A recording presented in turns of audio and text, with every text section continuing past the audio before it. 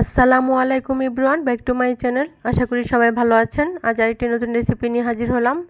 আজকে রান্না করব লইট্টা মাছের ঝুরা। চলুন তাহলে মূল রেসিপিতে। প্রথমে আমি লইট্টা মাছগুলোকে ভালো করে কেটে ধুয়ে পরিষ্কার করে নিয়েছি। আমি এখানে হাফ কেজি লইট্টা মাছ নিয়েছি। এখন আমি একটা পানিতে কিছু না দিয়ে শুধু একটা বলক উঠিয়ে নেব। বেশিক্ষণ রাখবো না, তাহলে কাটা থেকে মাছটা আলাদা করতে পারবো না, কাটাটা ভেঙে যাবে। আপনারা দেখতে পাচ্ছেন আমি মাছটা কীভাবে বেছে নিয়েছি। কাটা সহ রান্না করলে মাছটা খেতে বেশি ভালো লাগে না। এখন আমি ফ্রাই প্যান নিয়েছি, সামান্য পরিমাণ তেল দিয়েছি, 1 মুঠো রসুন কুচি দিয়েছি, 1 চা চামচ হলুদ গুঁড়ো দিয়েছি, 1 চামচ মরিচ গুঁড়ো দিয়েছি, 1 চামচ ধনিয়া গুঁড়ো দিয়েছি এবং স্বাদ মতো লবণ দিয়েছি। আমার ধনিয়া গুঁড়োটা এবং লবণটা স্কিপ হয়ে গিয়েছে।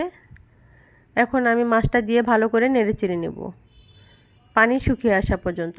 আমি সামান্য একটু পানিও দিয়েছি।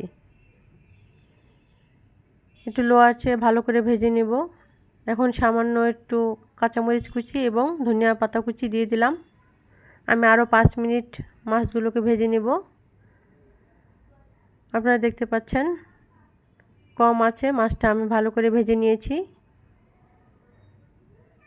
আর এটা আপনারা গরম ভাতের সাথে খেয়ে দেখবেন, কাউকে না বললে বুঝবেই না যে এটা লইট্টা মাছ।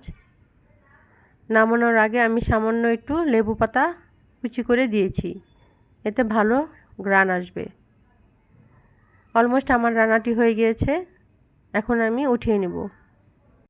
আপনারা এভাবে একবার রান্না করে খেয়ে দেখবেন, খেতে দারুণ লাগে। এখন আমি সার্ভিং ডিশে উঠিয়ে নিলাম।